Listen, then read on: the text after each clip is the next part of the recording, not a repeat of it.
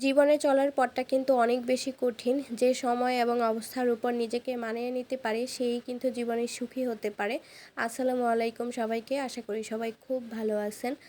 জীবনে কিন্তু অনেক পথ অতিক্রম করতে হয়। বিয়ের পরে এক জীবন, বিয়ের পরে আরেক জীবন। আর যে সব কিছুর সাথে নিজেকে মানিয়ে নিতে পারে সেই কিন্তু সুখী হতে পারে।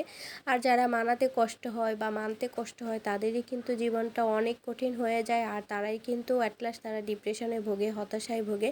তাই হচ্ছে জীবনে যাই হয়ে যাক না কেন, আস্তে আস্তে জীবনের সাথে সব কিছুই অ্যাডজাস্ট করে নিতে হয়, তাহলেই কিন্তু সুখী হওয়া যায়। তো এই যে আজকে হচ্ছে আমি মিষ্টি কুমড়া ভর্তা করেছিলাম। মিষ্টি কুমড়া আমি প্রথমেই সিদ্ধ করে নিয়েছি। মিষ্টি কুমড়া ভাজি বা ভর্তা দুইটাই আমার কাছে বেশ ভালো লাগে। ঝোল তরকারি থেকে হচ্ছে ভাজি ভর্তা এটাই আমার ভালো লাগে খেতে। এর জন্য হচ্ছে আজকে ভর্তা করেছিলাম। মিষ্টি কুমড়া প্রথমেই সিদ্ধ করে নিলাম, তারপরে হচ্ছে একটা প্যানে তেল দিয়ে দিলাম, সরিষার তেল দিয়েছি এখানে, সাথে পেঁয়াজ কুচি আর রসুন কুচি দিয়েছি। রসুন কুচিটা আমি একটু বেশি পরিমাণে দিয়েছি, আর সাথে শুকনো মরিচ।